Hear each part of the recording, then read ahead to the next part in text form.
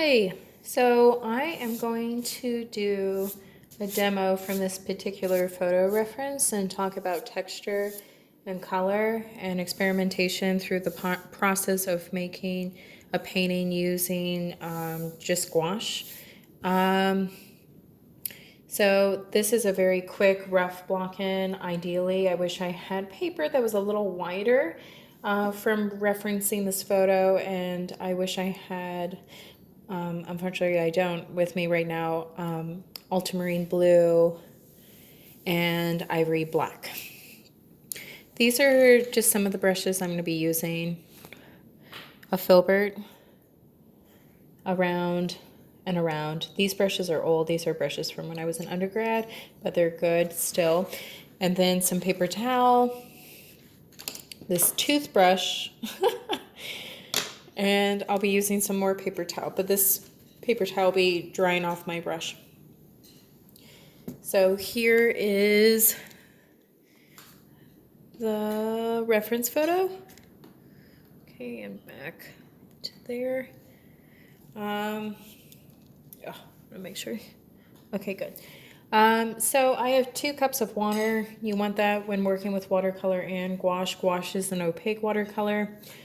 I'm going to start with my round. I'm going to dip the tip and I'm going to squint, and in these trees, they're very blurred, but there's a lot of texture. I'm going to use some yellow ochre. And here I should talk about the colors I have laid up. I have primary white gouache, gray gouache, lilac gouache, yellow ochre gouache, Davies gray gouache, and burnt sienna gouache. Okay, this is tacky. As you can tell, see, it's sticky. I don't want to have it at that consistency for this purpose. So this is going to be my dirty jar of water now. And we want to make sure all of the pigment is off, which it is. Go back and dry. Let me dip my brush into, okay, good. There, that's the consistency we want. I want to clean off this brush again. Use my paper towel. Then I want to take a little bit of gray. Ooh. I'm going to clean off the brush. Dry off my brush. And then I want to take a little bit of lilac. Mix it thoroughly. Okay, now I want to clean off my brush again. Then I want to take a little bit of the white gouache. Mix, mix, mix, mix, mix, mix. Mix, mix, mix, mix, mix till it's thoroughly. And I think that is a good color for a start for blocking in. And then as everything's blocked in, you can go back and develop further. So I'm going to clean off my brush. Now I want to scrub this. So I'm using a little extra water. I want to scrub it. So I'm going to use it. I've manipulated it to be like watercolor. And see how there's a bead?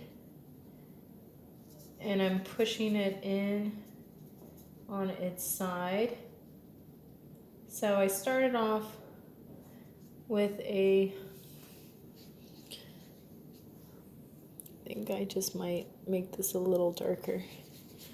Okay, go back in with some gray. It's getting a little too dark. Okay, clean that off. And take some purple. And then, oops, sorry, clean that off. And take some white. There we go.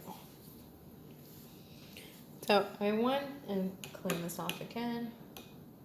Oh, looks like chocolate milk dip. Okay, so there we go. So I've manipulated it to be like watercolor. I'm scrubbing it in. I started with a linear placement. And the paper's peeling a bit.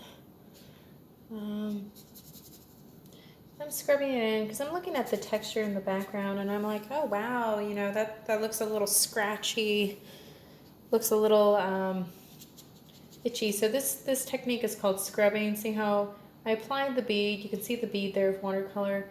Okay, now that's a planar application, there's the bead, but see how when I'm applying it on its side and I'm going like this, I'm scrubbing. See, that's called scrubbing.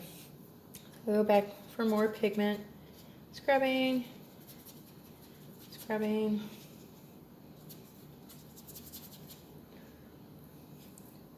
Now get down in here too. I'm gonna scrub